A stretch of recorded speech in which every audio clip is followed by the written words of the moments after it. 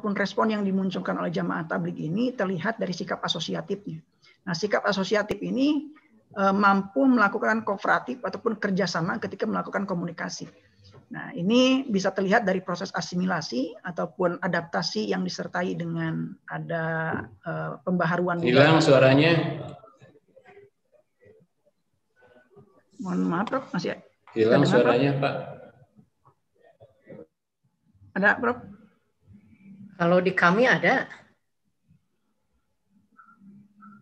Terputus-putus ya, lanjut. suaranya. Ya. Prof. Oke, dilanjutkan, Prof. Mohon izin.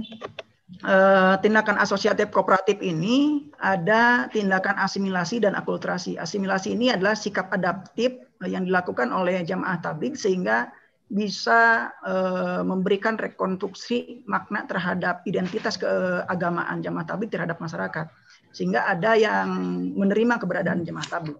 Kemudian ada sikap akulturasi, artinya sikap adaptif yang tanpa menghilangkan identitas jamaah tabligh, seperti yang kalau dilihat dari segi simbol ini cenderung misalkan pakai baju sirwal, ya, tidak pakai gamis, ya. Kalau gamis cenderung identik seperti salafi sebetulnya. Ini yang membedakan antara salafi dengan jamaah tabligh dari segi simbol salah satunya. Kemudian dari sikap tindakan akomodatif itu ada toleration ataupun toleransi, kemudian compromise, kemudian arbitration, kemudian mediation. Nah, dari tindakan akomodatif ketika menemukan suatu masalah diselesaikan dengan keempat tindakan tersebut. Nah, sehingga apa yang dilakukan oleh jamaah tabligh terlihat dari sikap affective neutrality, kemudian affectivity dan menahan diri, collectivity orientation, dan universalism. Nah, jika dianalisis menggunakan teori SOR, stimulus organism response, ini juga berkaitan erat dengan teorinya Berger dan Lachman tentang masalah internalisasi, kemudian eksternal dan objektifikasi. Nah, di dalam stimulus itu adalah berupa rangsangan yang dilakukan oleh jamaah tabligh terhadap masyarakat Bandung Barat ketika berdakwah huruj fisabilillah, itu ternyata memberikan nilai imitasi sehingga masyarakat tersugesti dengan bentuk aktivitas dan kehadiran jamaah tabligh. Kemudian yang kedua, organisme, lingkungan, pengaruh penguasaan masyarakat terhadap jamaah tabligh, bahkan ada yang menganggap sebagai kelompok keagamaan yang sesat. Bahkan ada menyebut jamaah tabligh ini dengan sebutan jamaah kompor, karkun, kemudian ada jamaah jaulah dan seterusnya. Banyak penyebutan yang menurut hemat penulis ini beragam kalau diteliti lebih lanjut. Kemudian dari hasil respon masyarakat cenderung simpati dan empati. Nah, dari nilai simpati dan empati ini ternyata ini memberikan nilai positif bagi jamaah tabligh dengan ditandainya hadir yang namanya pengikut yang bertambah di jamaah tabligh dengan data-data bahwa sepanjang 2015 sampai 2020 yang peneliti peroleh itu dari mulai sebelum 2015 yang hanya 3 holakoh bertambah menjadi 7 holakoh. Semenjak tahun 2011 dipecahkan Kecamatan Saguling menjadi kecamatan baru di Bandung Barat. Untuk menjawab pertanyaan ketiga dari rumusan masalah dan tujuan penelitian, yang pertama, perilaku antara jamaah tabligh dan masyarakat Bandung Barat dipengaruhi oleh dua macam orientasi, yaitu orientasi motivasional yang itu cenderung sifatnya subjektif individu. Yang kedua ada orientasi nilai yang cenderung objektif berdasarkan penilaian masyarakat umum. Sehingga kalau dianalisa lebih lanjut berdasarkan teori SOR, sehingga respon masyarakat Bandung Barat terhadap terbagi menjadi 3 kategori. Yang pertama subsistem budaya yang mengakibatkan munculnya respon penolakan dan prasangka sosial.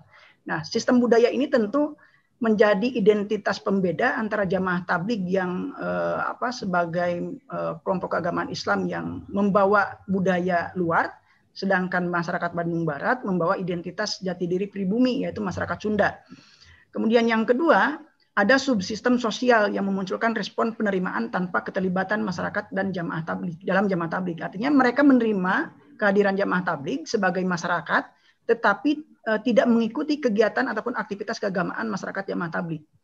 Yang ketiga, ada subsistem kepribadian yang memunculkan respon penerimaan disertai keterlibatan masyarakat dalam keanggotaan jamaah tabligh. Nah, untuk yang ketiga ini karena orientasi motivasi, banyak masyarakat ya, berdasarkan hasil penelusuran data ikut ke dalam pengikut jamaah tabligh dikarenakan tertarik untuk memperdalam agama. Salah satu motivasinya itu. Nah, dari sini bisa terlihat bahwa peran agama yang dilakukan oleh jamaah tabligh ini katanya lebih bersifat amali dan teknis, tidak ribet dan tidak cenderung teologis begitu. Nah, ini alasan-alasan masyarakat menerima sekaligus mengikuti menjadi bagian dari anggota jamaah tabligh. Dan ini barangkali hasil analisa respon masyarakat terhadap jamaah tabligh, ada yang menerima dan bahkan ada yang menolak.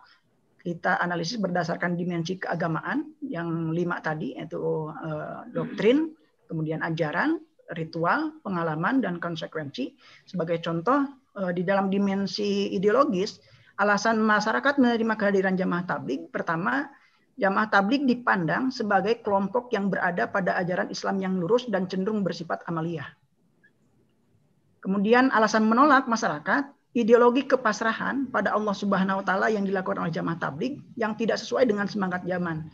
Makanya jamaah tabligh ini cenderung mengabaikan urusan dunia. Sebagai contoh, ada masyarakat yang menolak sampai-sampai ada istri dan anaknya ataupun keluarganya itu ditinggalkan begitu saja untuk melaksanakan huruf fisabilillah.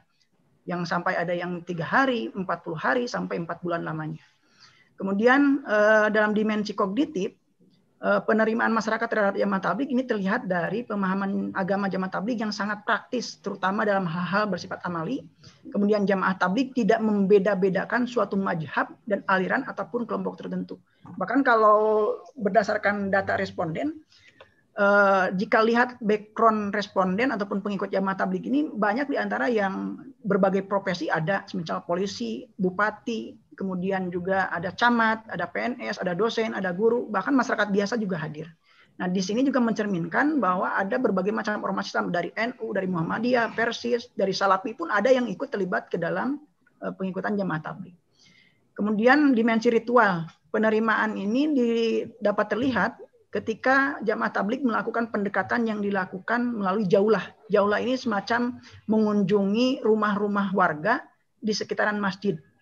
Tetapi ada alasan lain masyarakat menolak ketika dalam dimensi ritual yang dilakukan oleh jamaah tabligh. Salah satunya adalah setiap masjid yang dijadikan tempat tinggal bagi jamaah tabligh untuk melaksanakan kegiatan huruf fisabilillah itu terkesan menjadi kumuh dan masyarakat enggan untuk mendekatinya. Jadi ada asumsi masyarakat itu kepada jamaah tabligh, masjid yang disinggahi, yang ditempati selama 3 hari bahkan 40 hari itu menjadi kumuh terkesannya. Nah, ini mungkin penolakan masyarakat untuk menolak terhadap kegiatan jamaah tabligh, dan itu seperti yang terjadi di Masjid Al-Mutakin, Kecamatan Cikalong Wetan, Desa Cisomang Barat. Kemudian dari dimensi pengalaman, aktivitas keagamaan jamaah tabligh lebih fokus pada aspek ibadah. Jamaah tabligh menghindari perpecahan karena alasan hilafiyah. Alasan penolakan masyarakat juga terlihat dari sikap keagamaan jamaah tabligh yang cenderung mengarah pada fatalistik dan terkesan mendikte dalam berdakwah. Dan ini terlihat dari proses aktivitas bayan dan taklim wa ta'alum itu tidak dilakukan oleh orang-orang yang betul-betul kompeten. Ada dari mantan preman melakukan bayan untuk membacakan kitab Hayatus Sahabah, membacakan kitab Padoilul Amal, dan seterusnya. Kemudian dari dimensi pengamalan, konsekuensi amal, perilaku atau sikap jamaah tabligh yang cenderung sopan, karena ini menjadi doktrin kelima dalam jamaah tabligh yang disebut dengan ikramul muslimin. Itu alasan penerimaan. Dan yang kedua, ada komunikasi bahasa yang dilakukan oleh jamaah tabligh dalam menyampaikan pesan-pesan dakwahnya itu selalu berupaya mengemas dengan baik menggunakan kata-kata pilihan yang dapat menyentuh hati dan tidak menyinggung perasaan masyarakat pada umumnya. Nah, alasan menolak masyarakat itu salah satunya adalah pendekatan aktivitas dakwah jamaah tabligh yang kurang bijak.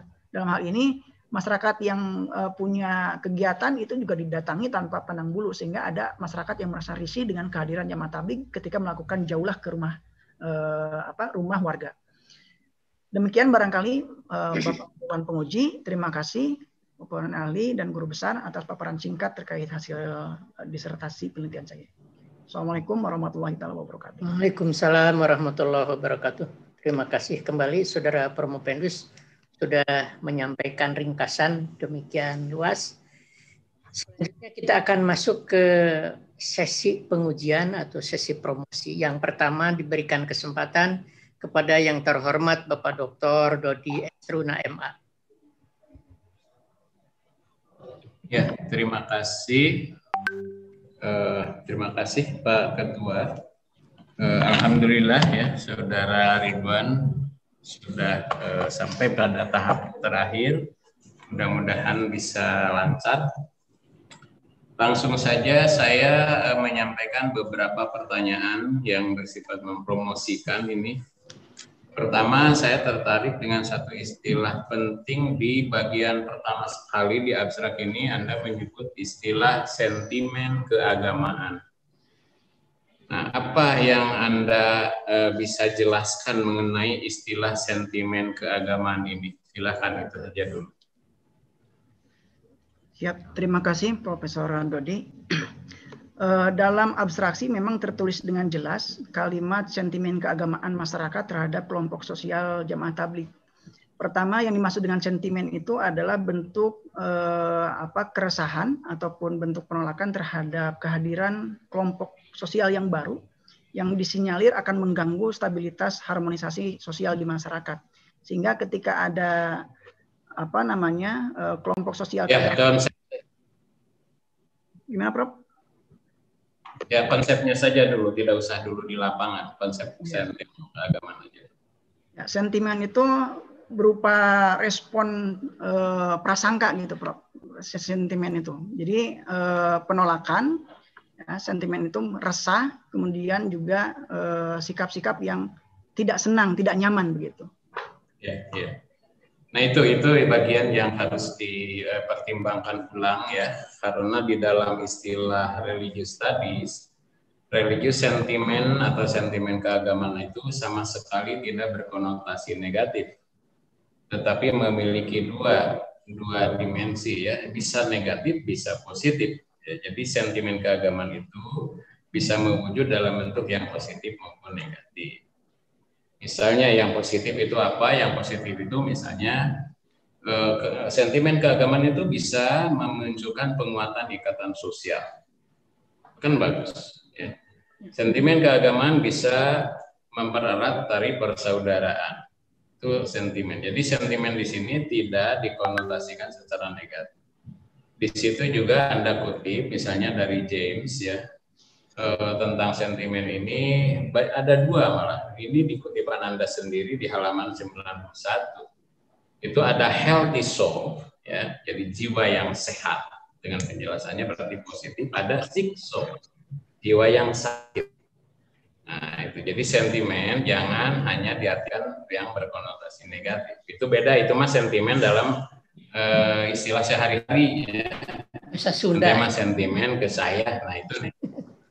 Tapi sentimen dalam religious studies itu punya dua dimensi, ya, positif dan negatif. Jadi netral saja. Itu koreksi, ya, untuk Anda, meskipun ini terbuka karena supaya istilah ini tidak digunakan hanya di satu. Baik, terima kasih. Yang kedua, pertanyaan yang kedua, ada istilah interaksi sosial, ya. Yang di situ menunjukkan beberapa model. Anda mengutip beberapa sumber yang mengemukakan 3 macam ya. Interaksi sosial bisa dalam bentuk kooperasi, bisa berbentuk kompetisi, bisa berbentuk konflik. Saya tidak sepenuhnya setuju dengan 3 pembagian ini karena ada satu lagi yaitu koeksistensi. Jadi relasi itu bisa kooperasi, kerjasama antara kelompok masyarakat beragama, dalam konteks ini mungkin jamaah tabligh dengan masyarakat umum. Ada kompetisi, saling bersaing, misalnya fastabiqul khairatnya, ya, atau dalam pengertian yang lebih netral. Ada konflik. Tapi ada satu lagi koeksistensi pasif, di mana masing-masing pihak itu sama sekali tidak berinteraksi, tidak saling mendukung, ya, hidup masing-masing saja. Ya, tidak ada kooperasi, tidak ada kompetisi, tidak ada konflik, tapi dua-dua kelompok itu ada secara koeksisten. Nah, di situ ya, jadi mungkin harus ada kritik-kritik terhadap teori-teori yang berkembang atau pandangan-pandangan umum yang berkembang, karena selalu di situ ada ruang-ruang bagi Anda untuk mengkritisi pandangan-pandangan teoretik dari para ilmuwan. Itu pengantarnya. Sekarang pertanyaannya, interaksi seperti apa kalau dalam kelompok tadi yang terjadi pada jamaah tabligh dengan masyarakat umum? Silakan. Ya, baik, terima kasih Prof. Seperti yang tertulis di dalam hasil penelitian di poin ketiga bahwa respon interaksi yang dihasilkan antara jamaah tabligh dengan masyarakat Bandung Barat itu terjadi secara asosiatif dan akomodatif. Nah, asosiatif ini itu adalah respon hasil dari proses interaksi yang semuanya diperoleh dengan tindakan asimilasi dan akulturasi antara masyarakat Bandung Barat dengan jamaah tabligh. Adapun ketika masyarakat antara jamaah tabligh ketika masyarakat jamaah tabligh dengan masyarakat Bandung Barat mengalami konflik berseteru seperti kasus penolakan yang terjadi di Cikalong Wetan Bandung Barat ini, itu dilakukan secara toleransi. Kemudian terdengar Prof? Mohon izin. Ya, jelas. Jelas Prof? Ya. Mungkin di Pak Dodi itunya jaringan. Tindakan respon interaksinya itu terjadi secara secara asosiatif dan lanjut saja. Nah, secara akomodatif ini adalah bentuk interaksi ataupun tindakan yang dilakukan oleh jamaah tabligh dengan masyarakat Kabupaten Bandung Barat dalam memediasi berbagai macam konflik yang berkembang ketika melakukan aktivitas keagamaan jamaah tabligh. Ya, salah satunya yang seperti yang tadi ditunjukkan adalah data penolakan masyarakat terhadap jamaah tabligh itu rata-rata melihat jamaah tabligh itu seperti kelompok keagamaan yang tidak peduli terhadap keluarga. Seperti halnya kelompok keagamaan yang memang dari segi toharoh mungkin tidak memperhatikan, banyak yang terkesan kumuh, apalagi ketika mereka tinggal menetap. Baik. Gitu, Prof. Oke. Saya stop ya. Kalau dikategorikan tadi, karena sepertinya ada tidak konsisten. Kalau dikategorikan 3 macam, kooperasi, kerjasama, kompetisi atau konflik, ini yang Anda gunakan di teori. Jadi dari beberapa dimensi itu ada yang kooperasinya di mana, kompetisinya di mana, konfliknya di mana. Itu ada dinamika seperti itu kan? Ya, betul Prof. Mohon izin jawab. Bentuk interaksi kooperasi itu ditunjukkan dengan sikap yang tadi collectivity intern. Jadi ada sikap menahan dan ingin menyenangkan diri antara satu sama lain, baik masyarakat Bandung Barat dan jamaah tabligh, sehingga itu dibangun sifat kooperatif, tidak saling menjatuhkan, tidak saling menyerang satu sama lain. Nah, itu sikap kooperatifnya. Untuk sikap kompetisi, ini ada hasil data wawancara, data penelitian yang menyebutkan bahwa kekhawatiran ulama setempat, kekhawatiran ustadz setempat itu tergeserkan oleh peran jamaah tabligh ketika mereka menetap di masjid. Itu contoh dari aktivitas kompetisi, interaksi kompetisi. Kemudian yang ketiga, dari bentuk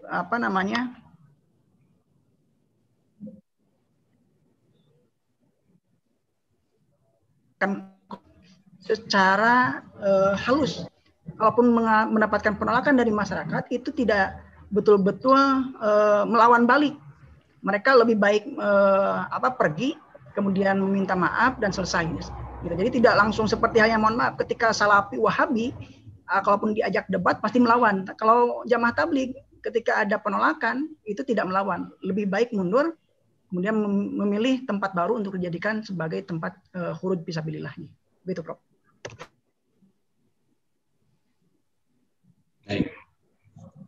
Baik, terakhir ini tidak perlu ditanggapi, beberapa saran saja ya terakhir. Pertama, di simpulan Anda tidak perlu lagi merujuk orang ya, Max Weber segala macam di situ. Jadi ada diskusi lagi, padahal itu sudah kesimpulan. Terutama kesimpulan nomor 1 itu sudah itu merujuk lagi pada tokoh-tokoh, pada teori-teori gitu ya. Dan ada lagi diskusi di situ, padahal di simpulan cukup jawaban atas pertanyaan saja. Ya, sarannya ya diperbaiki simpulan nomor 1. Yang kedua, banyak sekali salah tulis nama. Banyak salah tulis nama, terutama nama orang-orang yang dijadikan rujukan ya, sumber-sumber yang dijadikan rujukan. Kebetulan beberapa antaranya baca, jadi tahu cara penulisan namanya. Nah, Anda sebagai dosen, apalagi nanti akan menularkan ilmu ini kepada para mahasiswa, biasakan untuk berhati-hati dalam menulis nama. Ya. Nama Anda sendiri kan akan sangat sensitif kalau nama Effendi-nya F1. Ya, padahal ditulisnya 2 kan. Nah, ketika 1 kan Anda langsung koreksi di situ kan. Ketika ada 1000 nama, maka nama yang akan dicari akan nama Anda dulu pasti. Dan ketika salah pasti Anda sensitif di situ. Nah, dibiasakan penulisan nama yang dirujuk itu hati-hati Bang. Ya. Kemudian dalam konteks pedoman penulisan, kata IBIB di sini masih digunakan, tetapi juga tidak konsisten. Beberapa diantaranya menggunakan cara baru, beberapa diantaranya masih menggunakan IBIB, ya, tapi tidak konsisten. Itu juga harus dikoreksi, ya, beberapa diantaranya. Saya kira itu Pak Prof. Ketua, Pak Prof. Supiana, pertanyaan-pertanyaan dari saya. Terima kasih. Terima kasih kembali Pak Dr. Dodi. Berikutnya dipersilahkan kepada Pak Dr. Enjang ASMSI.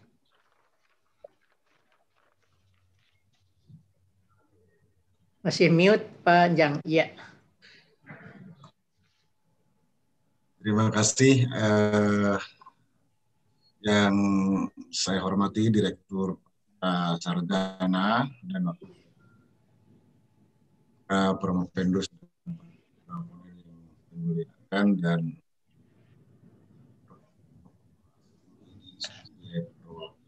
besar para Promopendus yang saya banggakan. Pertama saya ingin mengucapkan selamat atas kesuksesan saudara yang sudah menyelesaikan perjalanan itu dari tahapan sampai dengan tahapan yang terakhir, yaitu sidang promosi. Sekali kita pahami sebagai sebuah proses pengujian disertasi sekaligus mempromosikan tentang kekhasan dan kekhususan dari penelitian yang saudara pertanggungjawabkan pada sidang senat yang kedua, saya ingin mengapresiasi hasil kerja keras dan juga kerja saudara dalam bentuk karya ilmiah, yaitu disertasi yang saudara beri judul Relasi Agama dan Masyarakat dan Penelitian tentang jemaah tabligh dengan masyarakat dan Bandung. Ada beberapa soalan yang ingin saya kemukakan dan juga sebagai bagian dari proses penguatan, karena ini menjadi penting menurut saya agar pada penyempurnaan karya saudara nanti benar-benar sudah melalui tahapan pertanggungjawaban sampai pada tingkat argumen dan alasan pemanfaatan sebuah diksi yang terdapat dalam presentasi ini. Yang pertama saya ingin konfirmasi dulu kepada saudara Promopendus, itu ada, kalau tadi Pak Dr. itu mencoba ingin memperkuat dan meminta uraian lebih lengkap dari pemahaman Promopendus tentang stimen keagamaan. Sementara saya ingin mencoba mendapat penjelasan dari saudara Promopendus tentang istilah interaksi yang digunakan pada disertasi ini. Apakah istilah interaksi yang digunakan oleh saudara Promopendus itu sama dengan komunikasi? Silakan, itu gimana itu? Karena ini nanti akan beririsan dengan pertanyaan-pertanyaan berikutnya. Baik, terima kasih Prof. Izin menjawab. Untuk istilah interaksi seperti yang tertera dalam judul, ini betul, ini mengarah pada salah satu teori komunikasi, tapi bukan hanya pada komunikasi teknik verbal, tapi juga komunikasi non-verbal. Dan ini dampak dari proses interaksi ini, unsur-unsur yang tadi sudah saya sampaikan, ada bentuk kontak, ada bentuk respon dan feedback yang dilakukan antara jamaah tabligh dengan masyarakat Bandung Barat tentunya. Begitu, Prof. Ini menjadi penting karena selain beririsan dengan tujuan penelitian kedua, terlebih nanti akan beririsan dengan tujuan penelitian yang ketiga. Misalnya begini, bisa jadi sentimen keagamaan sebagaimana tadi telah diuraikan oleh Saudara Promopendus untuk merespon apa yang tadi dipertanyakan dari Pak Dr. Dodi. Sentimen keagamaan itu bisa jadi disebabkan karena format dan pola komunikasi, baik komunikasi verbal maupun komunikasi non-verbal sebagai bagian dari perilaku komunikasi jamaah tabligh di tengah masyarakat Bandung Barat dengan karakteristiknya yang berbeda, mulai dari cara berpenampilan, dari body language dan juga komponen-komponen gesturnya, terus penampilannya, bahkan dari cara berpakaian, itu kan sebagai bagian dari simbol-simbol komunikasi yang melekat pada proses komunikasi nonverbal. Jika itu saja sudah direspon secara positif atau juga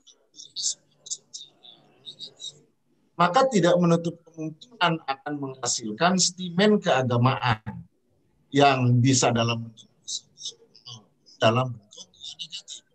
Nah, saya ingin dari belakang dulu. Berdasarkan temuan dan hasil analisis saudara, bentuk respon masyarakat yang dipandang paling menonjol terhadap kehadiran dan gerakan keagamaan yang dilakukan oleh jamaah. Tentu setelah saudara menganalisisnya dengan teori yang tadi saudara gunakan, yaitu teori stimulus organisme respon, di mana kita tahu di dalam organisme itu pada dasarnya ada 3 dimensi, yaitu dimensi tentang pemahaman, kedua pemaknaan, dan yang ketiga penerimaan. Nah, penerimaan ini kan bagian akhir dari respon masyarakat Bandung Barat. Dan respon yang terakhir ini bisa jadi disebabkan oleh pemahaman tertentu atas simbol-simbol komunikasi dan perilaku komunikasi yang dilakukan oleh jamaah tabligh di tengah-tengah masyarakat itu. Nah, jadi bentuk responnya seperti apa yang paling menonjol di tengah-tengah masyarakat Bandung Barat itu? Baik, terima kasih Prof. Dari bentuk stimulus organisme respon yang ditunjukkan oleh masyarakat Bandung Barat terhadap jamaah tabligh, itu terlihat dari organisme yang namanya dimensi religious effect. Ya, jadi masyarakat ini banyak menerima doktrin terkait ikromul muslimin yang dilakukan oleh jamaah tabligh, karena jamaah tabligh ini dalam proses pendekatan komunikasinya itu cenderung persuasif. Pertama itu. Nah, modal persuasif yang dilakukan oleh jamaah tabligh ini mampu menghipnotis barangkali gitu ya, menghipnotis beberapa masyarakat sehingga jumlah pengikut jamaah tabligh di Kabupaten Bandung Barat seperti yang tadi saya sampaikan itu, jumlah anggota dan markasnya itu semakin hari terhitung sampai terakhir tahun 2020 itu memang bertambah begitu jumlah lakonya. Nah, ini disebabkan karena pola komunikasi secara verbal itu baik begitu, karena tidak sambil menjelek-jelekan atau bahkan mungkin mengadu domba berbagai macam fikih ataupun mazhab begitu, Prof. Nah, itu dari aspek komunikasi verbal. Dan dari aspek komunikasi non verbal, jamaah tabligh ini sekalipun punya identitas yang berbeda dengan masyarakat Kabupaten Bandung Barat, tetapi gaya-gaya kalau kita identifikasi ternyata cara berpakaian jamaah tabligh itu jauh berbeda seperti yang dilakukan oleh salafi dalam berpakaian. Ya, misalkan seperti itu. Nah, ini yang masyarakat ini terlihat bahwa kaidah-kaidah berpakaian, simbol-simbol toh dahi dalam hitam, kemudian pakai celana sontog, cingkrang gitu, kemudian pakai sirwal, itu adalah identitas yang memang cenderung masyarakat menolak karena dianggap so alim atau bahkan mungkin terkesan aliran apa begitu. Bahkan disebut sebagai aliran sesat. Ini bentuk penolakan. Dari keseluruhan itu semua, simpulan saya mengatakan bahwa penelitian ini cenderung masyarakat dominan menerima kehadiran jamaah tabligh begitu, Prof. Terima kasih. Oke. Yang kedua kan respon dari masyarakat Bandung Barat terhadap perilaku komunikasi, perilaku bahkan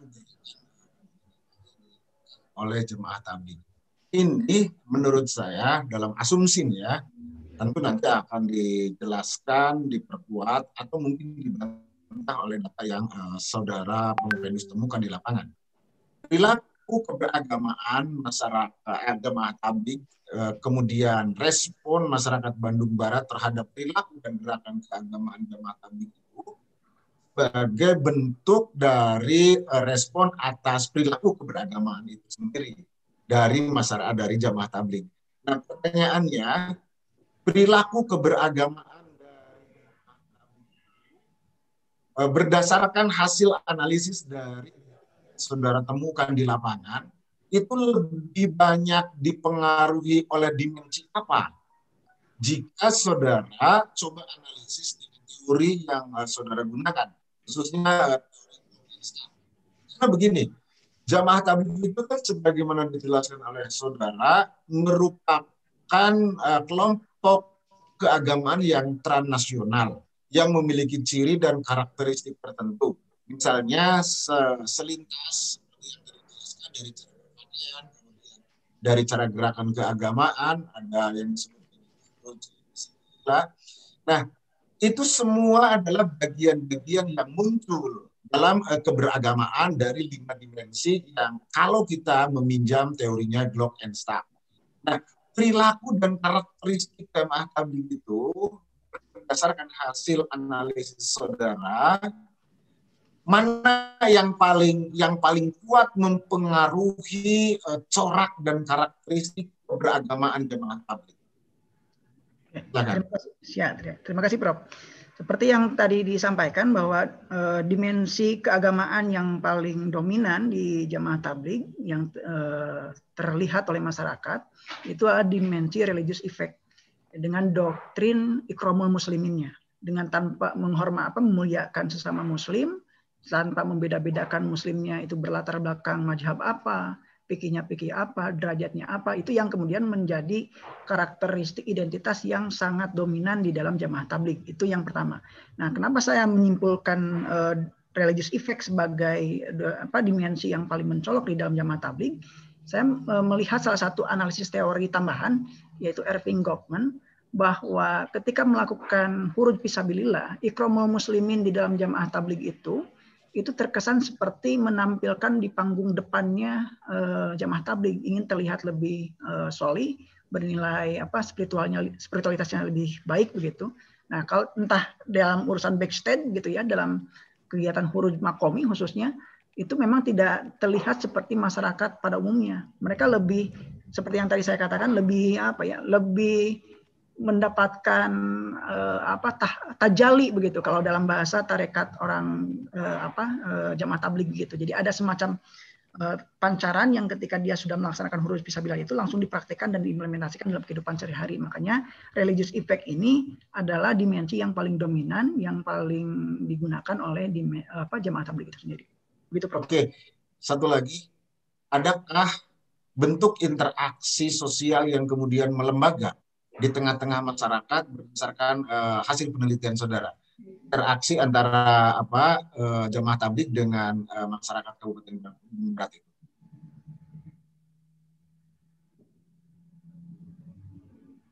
Halo? Ya, Prof, gimana Prof? Mohon izin, terputus. Berdasarkan hasil penelitian saudara, dari 2 persoalan yang tadi sudah saudara selesaikan, sudah saudara uraikan. Kemudian saya ingin tahu satu lagi, apakah ada bentuk interaksi sosial yang kemudian melembaga di tengah-tengah masyarakat sebagai hasil dari interaksi antara jamaah tabligh dengan masyarakat Bandung Barat itu? Oke, mohon izin Prof menjawab. Reposisi yang saya dapatkan dari interaksi masyarakat dengan jamaah tabligh, saya melihat bahwa peran agama ternyata masih dibutuhkan oleh masyarakat. Terlebih hari ini masyarakat Bandung Barat sebagai masyarakat urban, tentu nilai spiritualitas itu sangat dibutuhkan oleh masyarakat modern, oleh masyarakat urban. Karena peran agama ini menjadi posisinya sangat sentralistik begitu bagi masyarakat yang sifatnya itu. Sehingga kalau saya mengutip dari Karl Marx bilang bahwa agama itu adalah candu begitu. Nah, kurang lebih kalau dalam perspektif jamaah tabligh bahwa agama itu seperti bius yang mampu menenangkan orang yang kemudian yang punya hutang ketika terlibat dalam jamaah tabligh menjadi tenang, mungkin seperti itu. Tapi bukan berarti kemudian saya klaim bahwa jamaah tabligh itu sebagai obat penenang gitu, Prof. Gitu, Prof. Oke. Terima kasih. Saya seperti yang sarannya Pak Dr. Dodi tadi, pada simpulan itu tolong diperbaiki, karena di simpulan itu tidak harus ada diskusi lagi dengan teori, tapi bagaimana benar-benar merupakan asumsi berdasarkan hasil analisis dari saudara peneliti. Dan sarannya di dalam saran disertasi ini, tolong itu berpijak pada simpulan-simpulan itu. Sehingga relasi antara simpulan dengan saran atau saran itu benar-benar didasarkan pada simpulan yang saudara buat berdasarkan hasil penelitian saudara. Itu saja. Terima kasih pimpinan kita. Terima kasih kembali Pak Njang. Berikutnya kami mohon kepada Pak Dr. Mulyana LC MAG. Baik. Terima kasih. Halo, Assalamualaikum. Ya, lanjut. Ya, ada. Pimpinan yang saya hormati, Ketua Promotor yang sangat amat terpelajar, Profesor Dr. Dadang Kahma, dan para promotor, juga para oponen yang lain, dan guru besar. Baik, pertama-tama saya ucapkan terima kasih kepada Saudara Muhammad Ridwan Effendi yang telah sampai pada hari ini sidang terbuka. Ini luar biasa setelah saya mendengarkan paparan dari Saudara Muhammad Ridwan Effendi, sangat luar biasa. Ini disertasi ini sangat bagus sekali. Cuma sayang ini nggak bisa cum laude karena mungkin ini angkatan 2015. Padahal penelitian ini adalah sangat luar biasa, sangat bagus. Seluruh pertanyaan dari para oponen yang tadi terdahulu luar biasa dan sangat mengagumkan bagi saya. Walaupun ada sedikit perbaikan dan koreksi dari Dr. Dodi Estruna dan juga dari Dr. Enjang. Baiklah, sebelum pertanyaan, saya ingin bertanya, kira-kira tahun berapa itu berdirinya jamaah tabligh itu? Terima kasih, Prof. Di negara asalnya itu. Oke. Jamaah tabligh ini didirikan oleh Syekh Maulana Ilyas Al-Kandalawi, berdiri tahun 1921 di New Delhi, India, begitu. Nah, untuk di Indonesia sendiri, berkembangnya jamaah tabligh itu mulai pada tahun 1952, tepatnya di Kota Medan.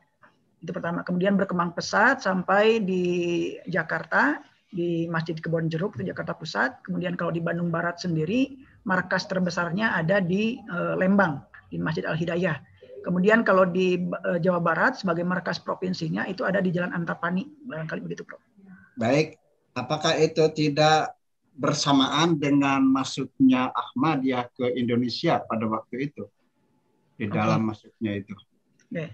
Justru bagi Syekh Muhammad Ilyas Al-Kandalawi, Ahmadiyah yang dibawakan oleh Mirza Ghulam Ahmad ini tentu ditolak dengan keras karena doktrin ideologi yang dibawakan oleh Mirza Ghulam Ahmad bertolak belakang dengan semangat keagamaan yang dibawakan oleh Syekh Maulana Ilyas. Sekalipun Mirza Ghulam Ahmad ini berasal dari negeri yang sama, yaitu India, tapi doktrin keagamaan ini banyak diselewengkan, gitu. Nah, ini yang kemudian salah satu alasan berdirinya jamaah tabligh itu karena ada penyimpangan-penyimpangan ajaran di India yang terkesan Islam itu menjadi agama minoritas, begitu, Prof.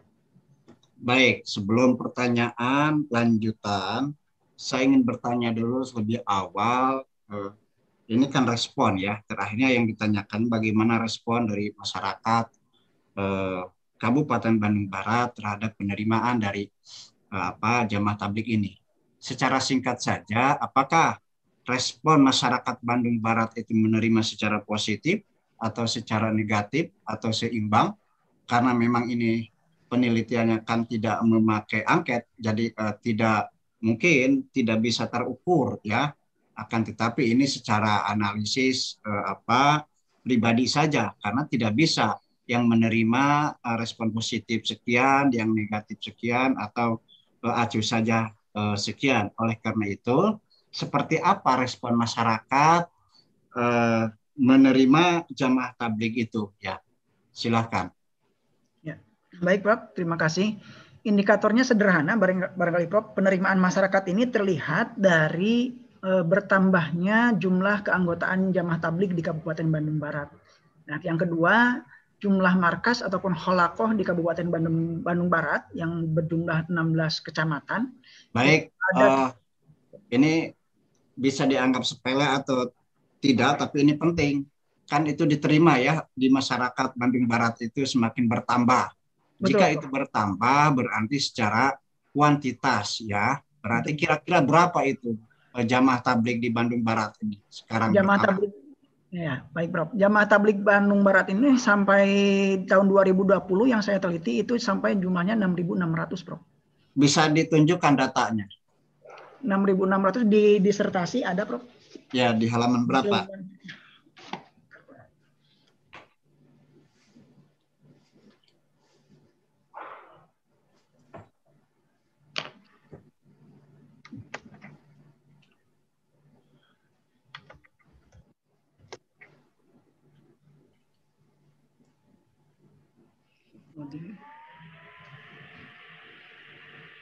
Sudah ketemu? Udah ada Prof. Halaman 195 Prof. 195. Sebentar. Berapa jumlahnya? 6.000-an di sana. 6.000-an ya. Luas wilayah 90,9.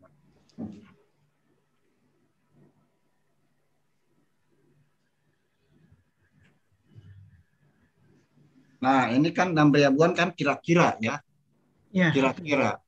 Jadi kalau penelitian yang itu kan ini kan di tahun 2000 ya, 2020. Ya. Berarti sekitar 6.000-an. Nah, kalau bisa, ini saran saya saja, kalau bisa kan ini terdata ya. Jadi kalau terdata maka angkanya itu pasti karena ini angka bersifat pasti itu ya.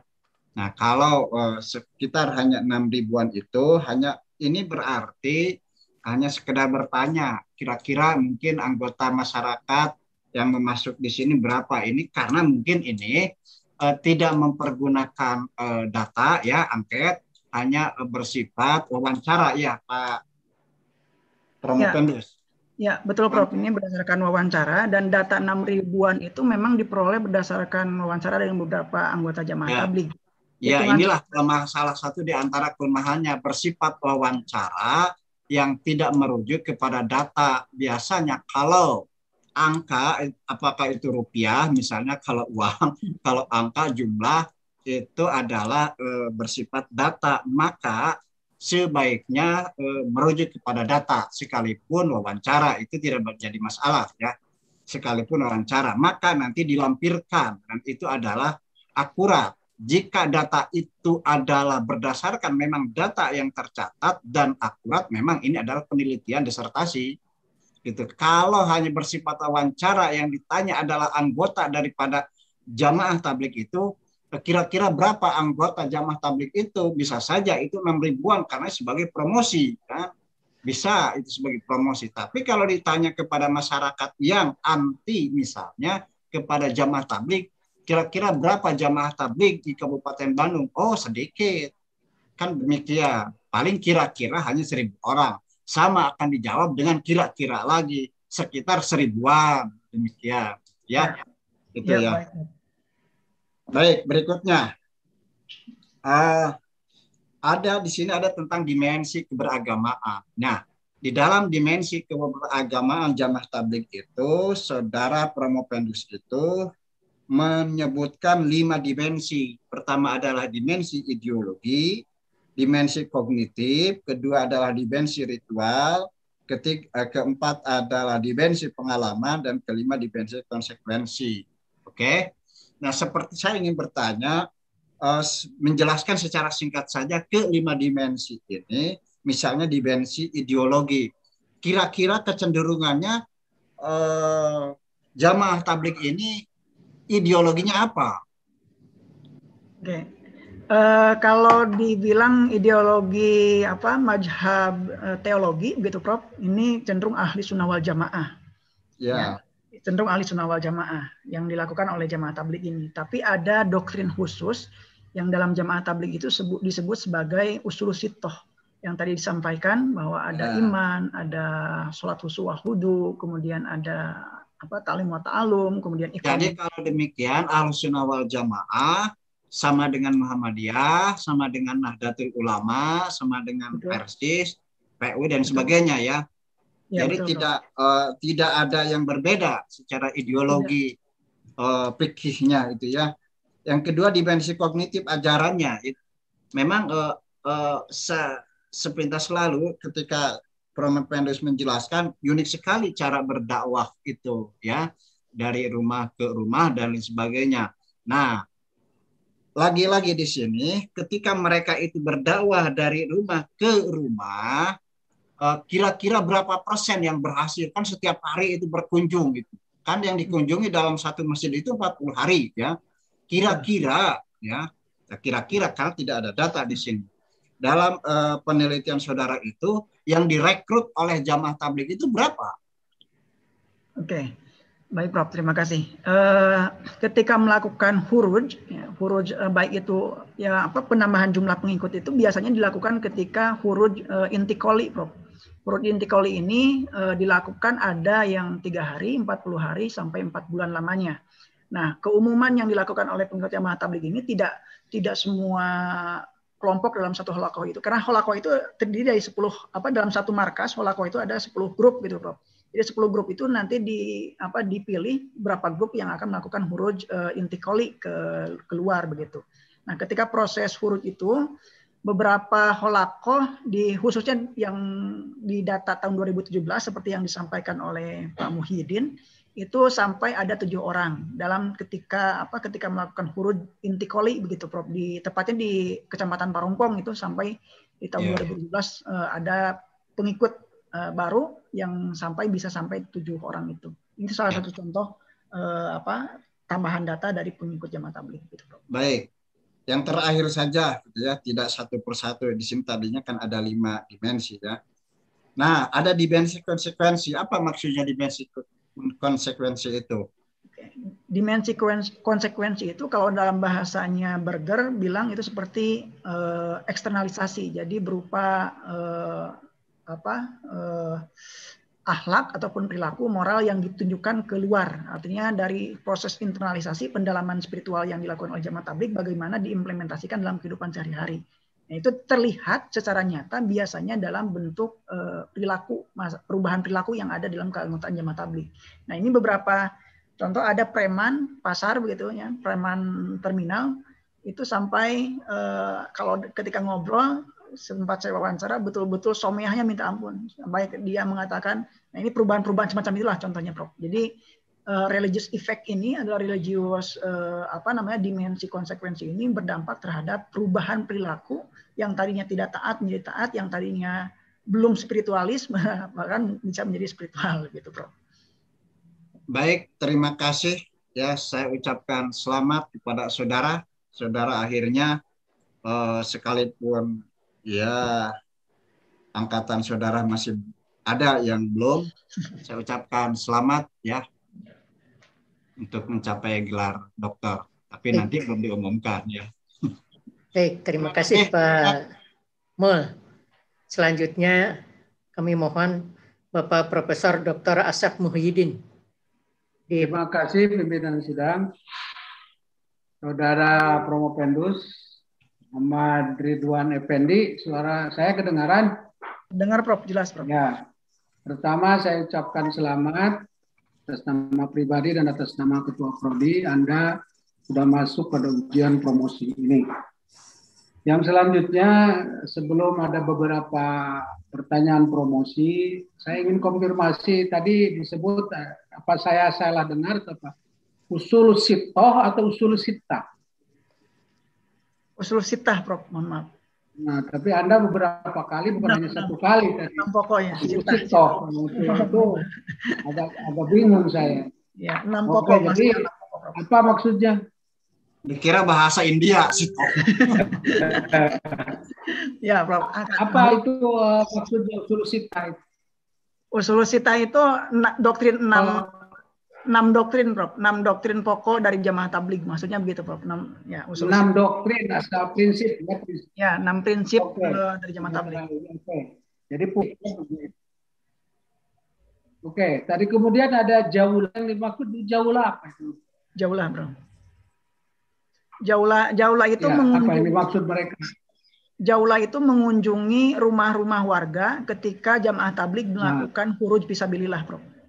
Ya, oke, ini menjadi ciri khas ya dari cara dakwah Jamaah Tabligh, yaitu door to door ya. Betul. Mengunjungi, jaulah itu bisa juga door to door ya.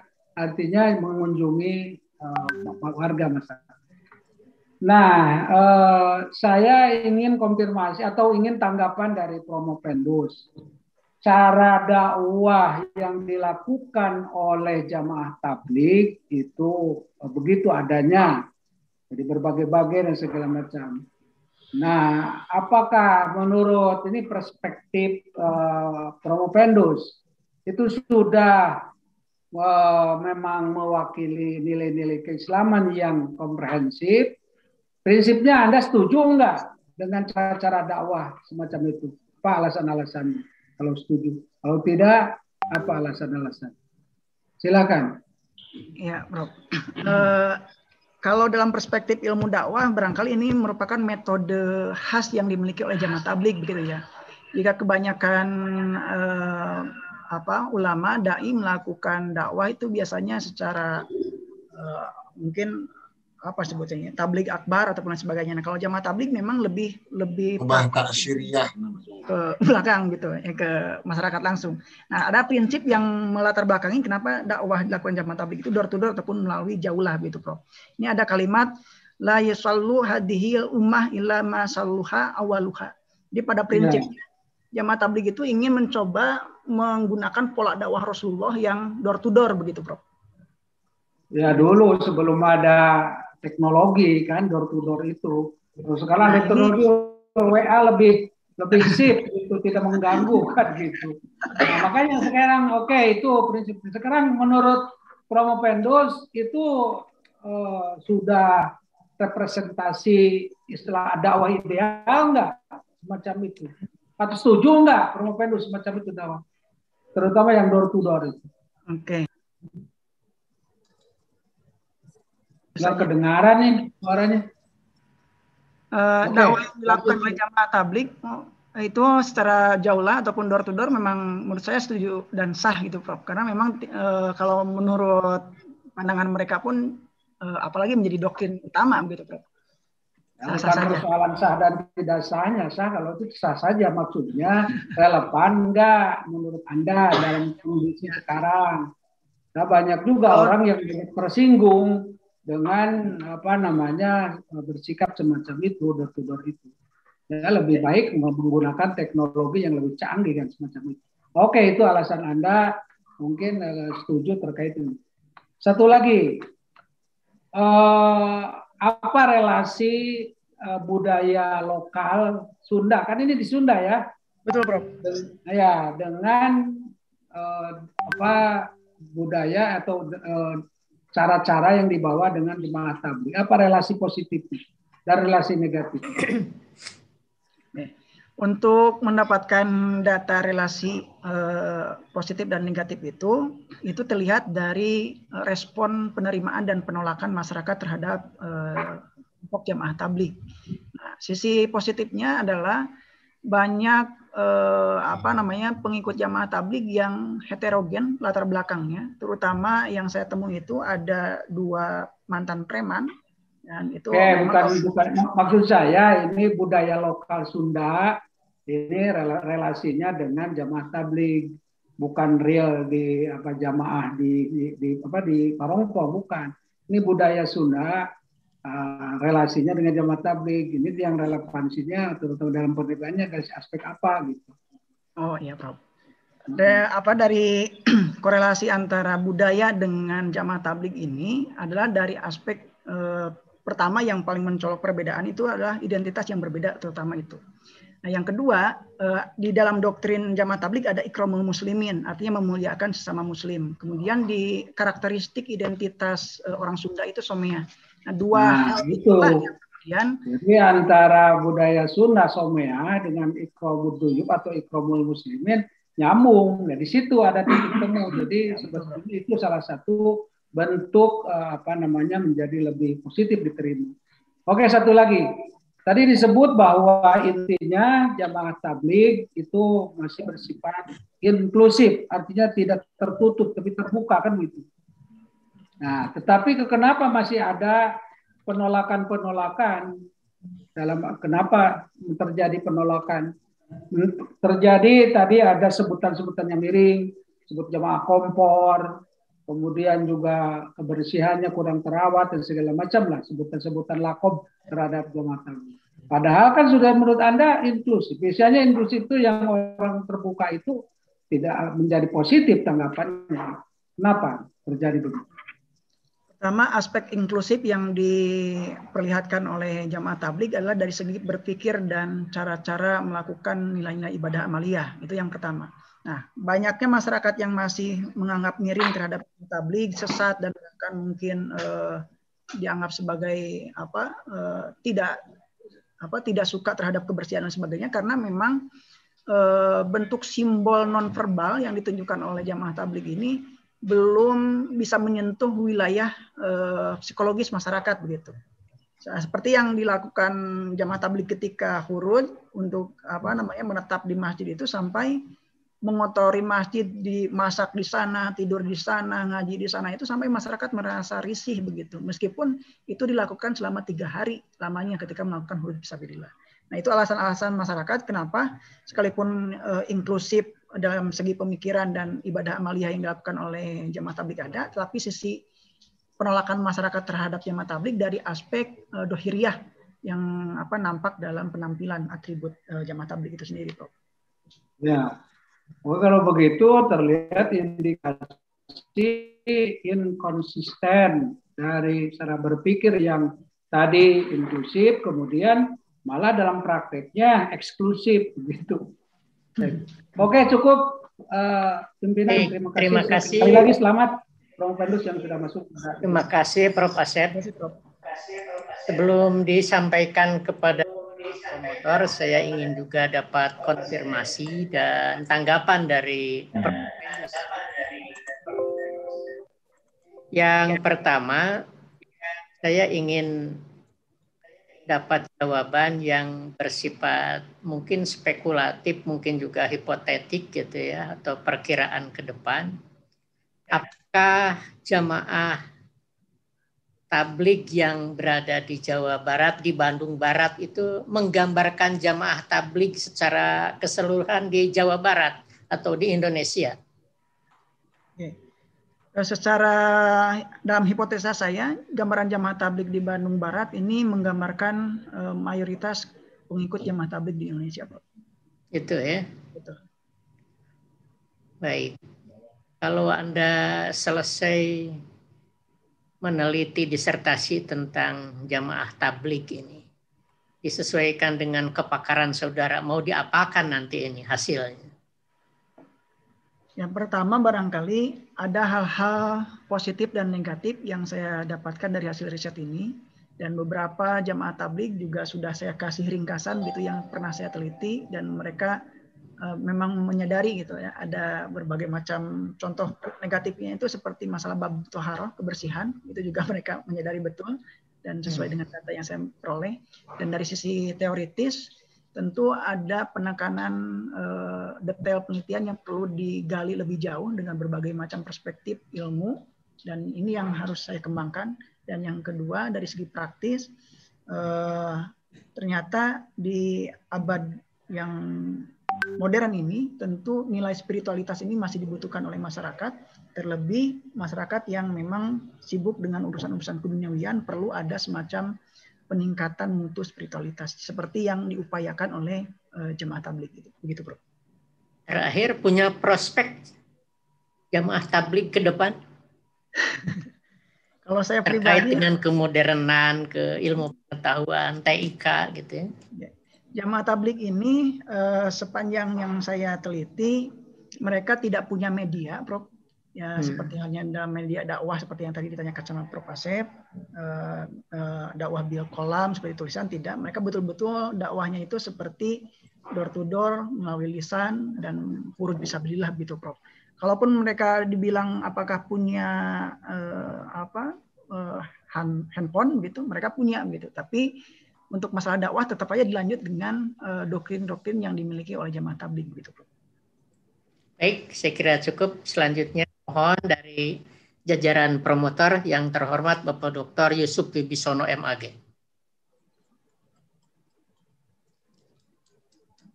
Baik, terima kasih Prof. Bismillahirrahmanirrahim. Ya, pertama saya ucapkan selamat pada Saudara Muhammad Ridwan Effendi ya. Anda sudah masuk di penghujung studi Anda di S3 SAA. Dan saya kira ini selebrasi sebetulnya. Saya sampaikan ya, syukuran terkait dengan karya ilmiah Anda, yaitu disertasi. Pertama, saya juga ucapkan terima kasih pada seluruh komponen ahli dan guru besar yang sudah memberikan masukan pada Saudara Promovendus Ridwan Effendi, yang menurut saya ini kontribusi yang tidak sedikit nilainya yang harus diapresiasi oleh Saudara Promovendus. Kontribusi dari masukan-masukan dari para oponen ahli. Dan ini dalam rangka untuk penyempurnaan disertasi Anda, meskipun Anda sudah selesai, hari ini adalah akhir dari ujian, tapi bukan berarti Anda tidak diuji dalam kehidupan berikutnya gitu ya. Maksud saya ini selesai, tapi di situ juga Anda harus menguji disertasi Anda dengan berbagai fenomena keseharian ya. Jadi ini lebih dikontekstualisasikan. Oke. Saya sih melihat begini, saya tidak harus banyak memberikan pertanyaan karena saya sebagai promotor ya, co-promotor, hanya ngasih catatan saja sih sebetulnya untuk pelengkap, karena saya masih melihat ini karya yang bagus, tapi lebih bagus lagi kalau karya ini memberikan legacy, warisan karya intelektual Anda gitu.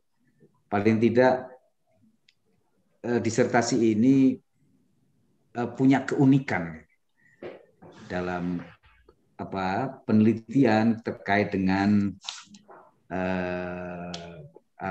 organisasi keagamaan yang disebut dengan majelis Jamaah Tabligh.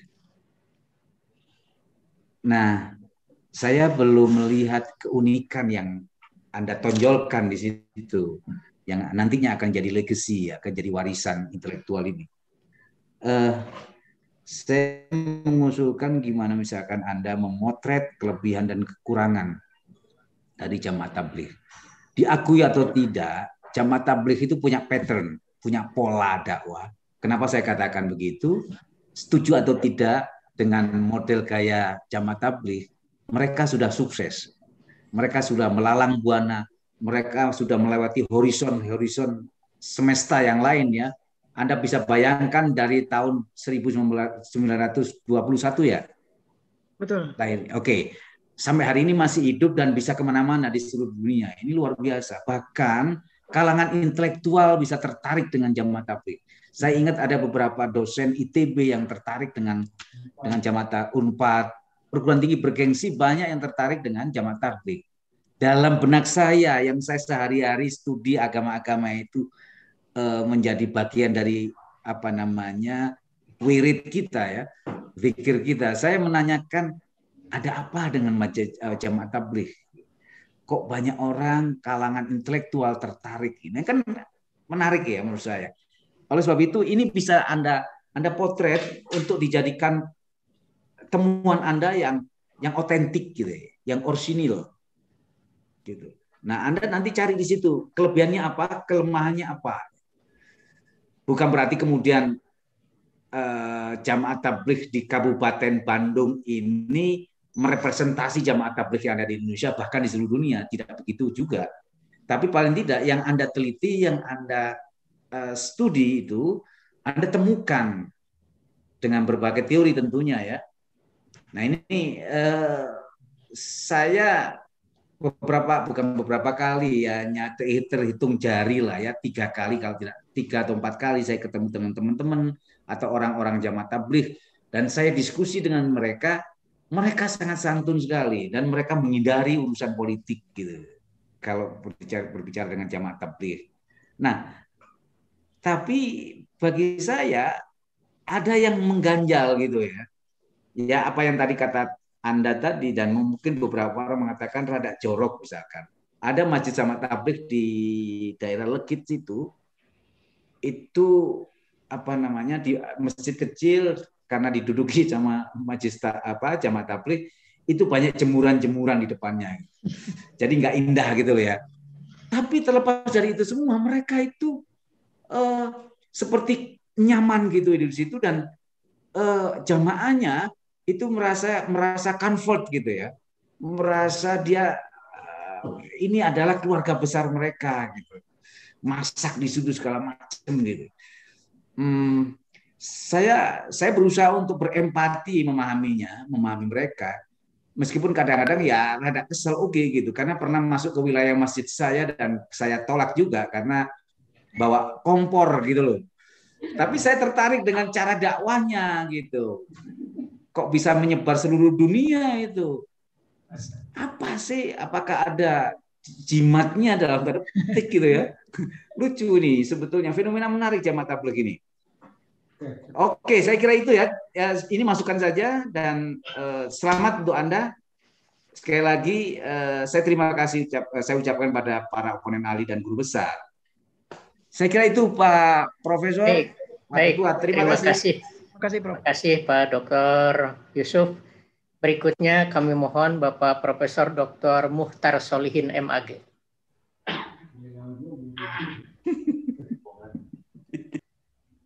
Masih bersama kita Pak Muhtar Solihin? Oke. Assalamualaikum warahmatullahi wabarakatuh. Waalaikumsalam warahmatullahi wabarakatuh. Terima kasih Pak Ketua, Direktur Pasca, juga lebih khusus kepada Ketua Promotor Prof. Dadang Ahmad, kemudian juga Pak Yusuf, juga Pak Syekh Muhyiddin, kemudian Pak Injang, Pak Dodi, kemudian Pak Mulyana, dan juga semua hadirin yang menyaksikan sidang hari ini. Saya terus terang menjadi pembimbing Saudara Ridwan Effendi ini merasa bangga gitu ya. Karena kenapa saya merasa bangga? Karena yang awal sejak dulu beliau menyerahkan SK kepada saya hanya akan waktu itu mengatakan paling yang ente teliti adalah yang Anda teliti hanya sekedar menyimpulkan jamaah tabligh begini-begini. Ternyata itu di luar dugaan saya. Saudara peneliti ini justru mampu mengambil inti-inti persoalan yang menurut saya menarik, ya, sehingga saudara Ridwan Promopendus ini menurut saya disertasinya cukup baik. Saya sepakat dengan Pak Mulyana tadi. Ini memang disertasi ini saya lihat agak sedikit perbedaan ya.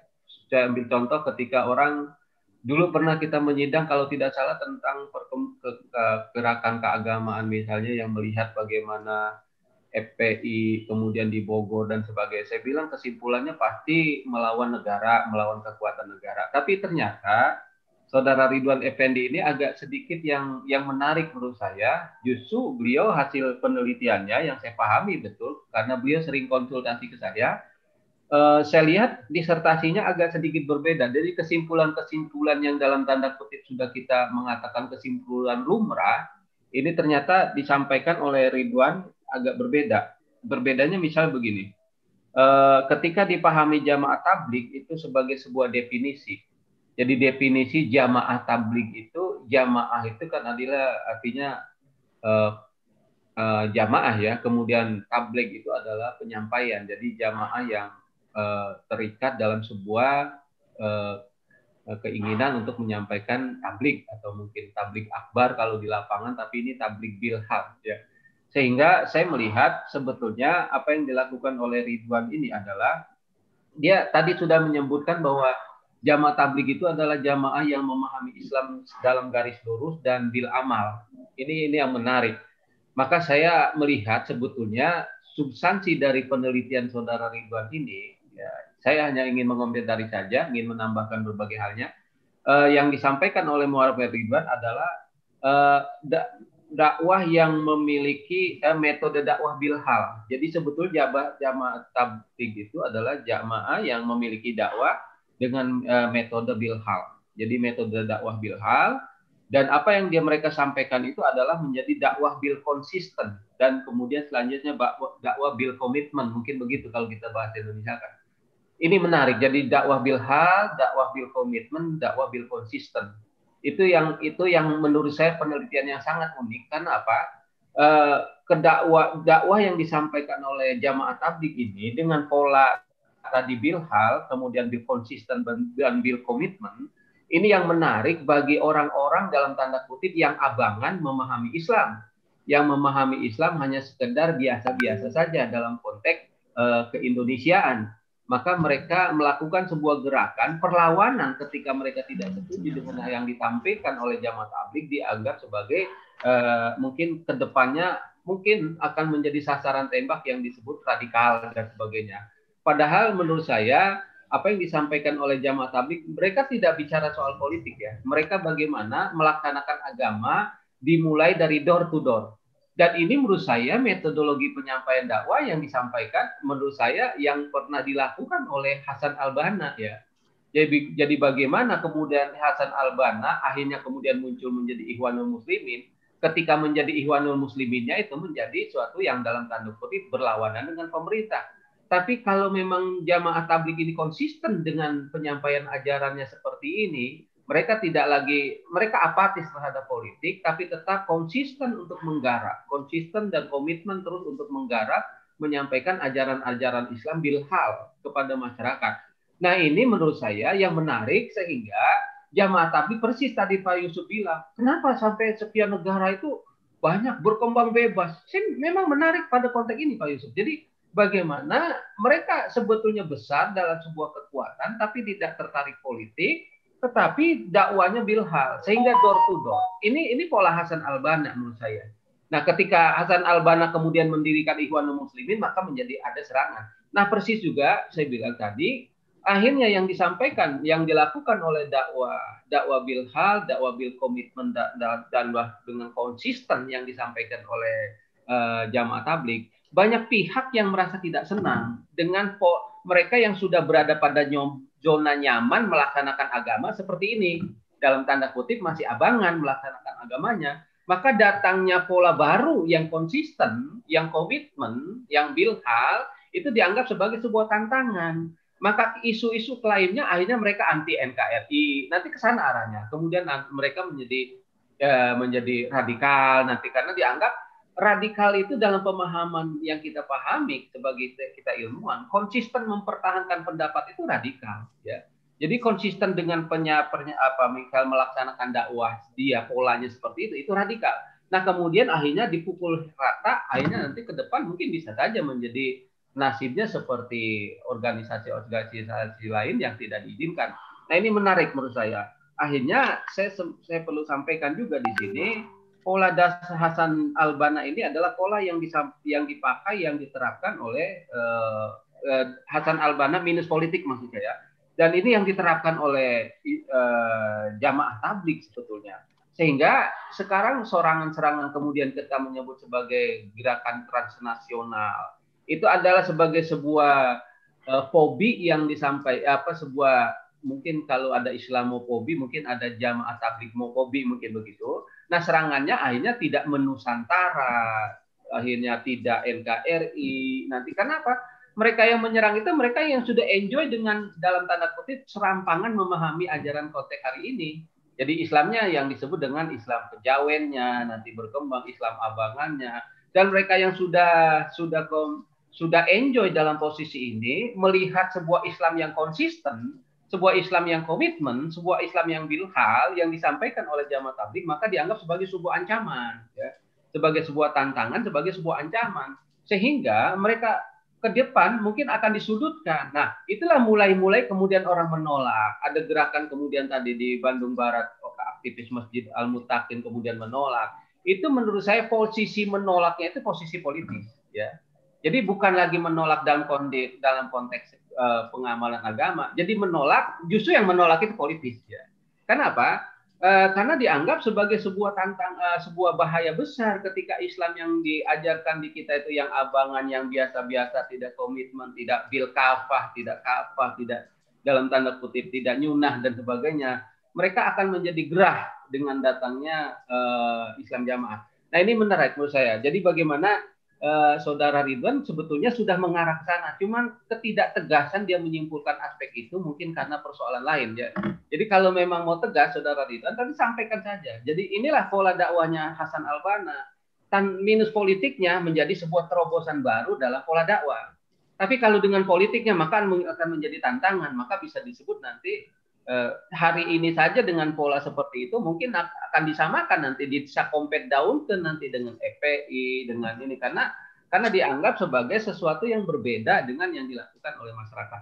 Karena apa? Karena saya lihat tadi saking begitu mereka komitmen dan konsistennya mereka dengan pola dakwah mereka, saya Islam jamaah, maksud saya jamaah tabligh ini bukan sebuah ormas, bukan sebuah establish sebuah ormas, tapi dia itu menjadi sebuah metode dakwah. Itu yang harus kita sepakati. Metode dakwah, kumpulan orang-orang yang sepakat melakukan metode dakwah seperti itu.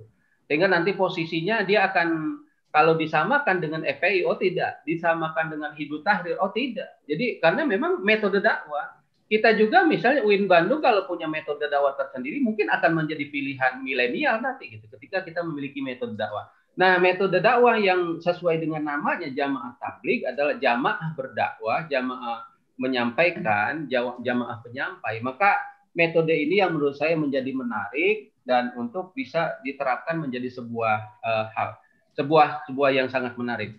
Nah, persoalannya memang tadi adanya penolakan dan mungkin ketidaksetujuan. Itu pertama tadi karena dianggap yang tidak setuju, yang menolak itu mungkin dalam tanda kutip memang mereka yang sudah enjoy dengan kebiasaan abangan, keterbiasaan kejawen, keterbiasaan baca misalnya ya kulit-kulitnya saja melaksanakan Islam, tapi kalau jamaah tabligh sampai ke urat-uratnya, sampai ke daging-dagingnya, dan itu mereka menjadi tidak enjoy. Itu faktor yang pertama. Faktor yang kedua, ketidaksetujuan pada jamaah tabligh itu lebih pada penampilan fisiknya mungkin.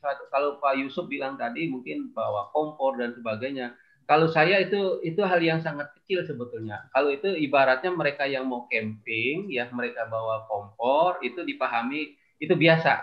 Camping kompor ya memang bau apalah, bau asap, bau apa dan sebagainya mungkin itu terjadi. Tapi yang menurut saya menarik justru dari penampilan itu coba untuk dirubah, misalnya tadi bajunya harus putih bersorban. Kenapa nggak dirubah sekarang? Bola dari manajemen, kalau menurut mungkin menjadi sebuah rekomendasi nanti hasil yang dilakukan oleh Pak Promopendus. Misalnya begini, kenapa nggak dakwahnya itu pakai kaos training gitu, pakai kaos olahraga, tapi dengan substansi dakwahnya yang sama gitu. Sudah ganti saja kalau memang nanti tidak nusantaraisme atau tidak Indonesiaisme karena hasil awalnya itu adalah dari India, dianggap tidak Indonesiaisme. Cobalah diganti, mungkin nanti pakaiannya pakai pakaian training gitu, pakai pakaian training, pakai pakaian olahraga. Saya yakin ini menjadi sebuah terobosan, orang susah untuk menyerangnya. Jadi menyerangnya dianggap sebagai radikal, nggak radikal kok dia.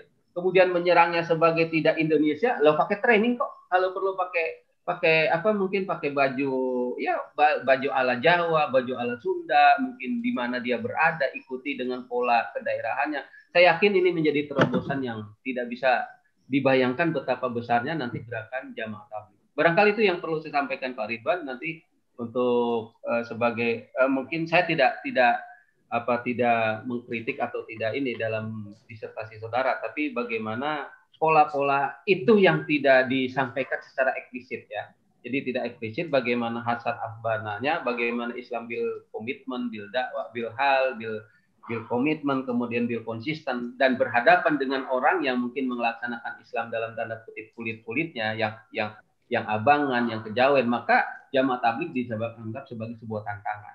Tapi sebetulnya ketika itu sebagai sebuah tantangan, dengan pola apalagi ditambah tadi dengan pakaiannya yang menampakkan pakaian dalam tanda kutip bukan Indonesianisme, maka diganti saja mungkin sebagai rekomendasi, pakainya pakai training, pakai tudung cetok, mungkin pakai belangkon, tapi menyampaikan Islam pola ini. Saya yakin punya daya tawar yang luar biasa, sehingga kejadian seperti Pak Yusuf tadi mungkin ya memang selama ini kan kita melihat jamaah tabligh udah gampang, pakai baju putih, kemudian pakai celana, seperti itulah kita sebut saja polanya dengan sosok seperti itu, maka oh itu jamaah tabligh. Sehingga bawa masuk ke rumah kita, ya mungkin banyak orang yang ngunci pintu gitu. Seandainya dia pakai pakaian biasa, pakai pakaian, mungkin pakai baju t-shirt, ya kita pakai olahraga, mungkin sambil datang ke rumah pakai training. Saya yakin orang nggak akan lari gitu. Itu barangkali sebagai sebuah rekomendasi. Karena saya lihat penelitian yang cukup bagus dan saya sepakat dari beberapa kesimpulan yang sudah disampaikan oleh Saudara Prof. Terima kasih Pak Ketua Sidang. Terima kasih kembali Pak Prof. Solihin. Assalamualaikum. Yang terakhir kami mohon dari Ketua Promotor merangkap sebagai penguji Profesor Dadang Ahmad MS.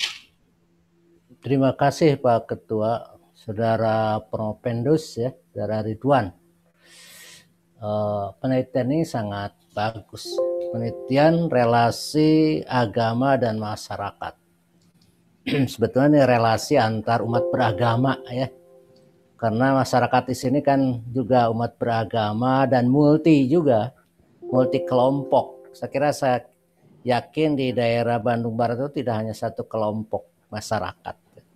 Ini menariknya itu karena interaksi seperti ini di masyarakat yang belum maju ya, seperti kalau Elizabeth Nottingham masyarakat pra-industri, memang selalu simbol-simbol keagamaan itu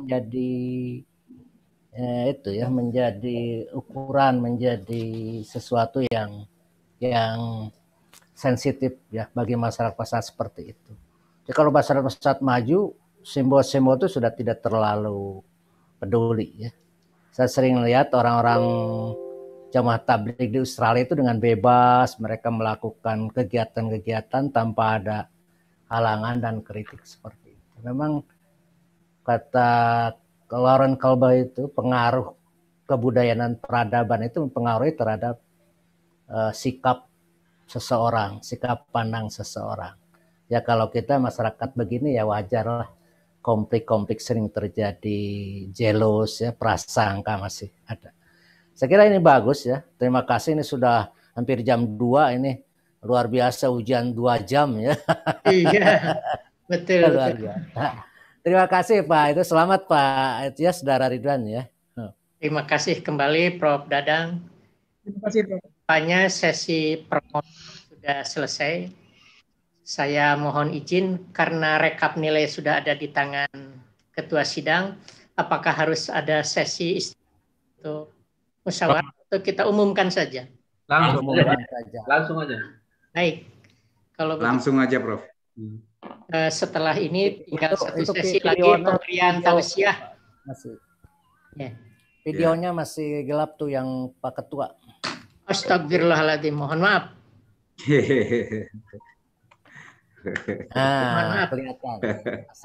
Iya. Hasil ujian promosi doktor atas nama Promopendus Muhammad Ridwan Effendi 3,54015 berdasarkan kepada nilai harian dan nilai rata-rata ujian disertasi, maka saudara Promopendus dinyatakan lulus memperoleh indeks prestasi kumulatif 365 dengan yudisium sangat memuaskan. Alhamdulillah. Saudara Muhammad Ridwan Effendi diberikan gelar doktor dengan segala hak yang melekat pada gelar tersebut. Saudara Dr. Muhammad Ridwan Effendi tercatat sebagai doktor ke-544. yang diluluskan pasca sarjana UIN Sunan Gunung Jati Bandung dan doktor ke-114 di bidang studi agama-agama pada pasca sarjana Universitas Islam Negeri Sunan Gunung Jati Bandung. Disertasi ini mohon diperbaiki sesuai arahan dan masukan dari para penguji. Bandung, 30 April 2021, Ketua Sidang Profesor Dr. Supiana MAG, Sekretaris Sidang Dr. Mulyana LC MAG. Demikian pengumuman ini. Selanjutnya kami juga menghaturkan selamat kepada Saudara Dr. Muhammad Ridwan Effendi. Mudah-mudahan semakin berkah. Akhir sekali menghaturkan terima kasih kepada para promotor, Prof. Dadang, Prof. Muhtar Solihin, kemudian siapa yang ketiga itu?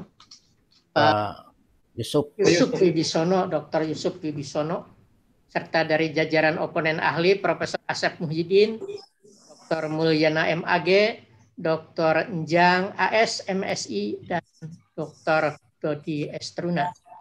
Terima kasih sekali lagi. Mohon maaf jika dalam memimpin sidang ini ada yang kurang berkenan.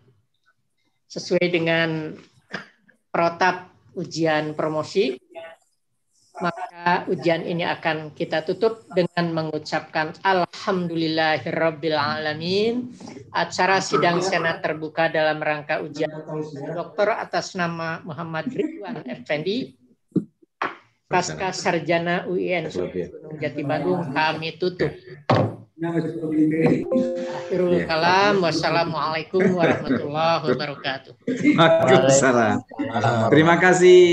Terima kasih, Bro. Selamat Dr. Ridwan. Selamat Ridwan. Selamat. Sukses buat Anda ya. Mantap. Betul, Prof. Dadang itu asik sekali background-nya. Ngerasa Prof. Dadang. Oke, saya izin live ya. Saya izin karena ada acara DKM. Iya, yuk. Assalamualaikum. Mangga sadayana. Mohon atur nuhun. Prof. Dadang. Mohon. Iya, sehat walafiat, salamina. Amin. Sadayana mangga. Assalamualaikum warahmatullahi wabarakatuh.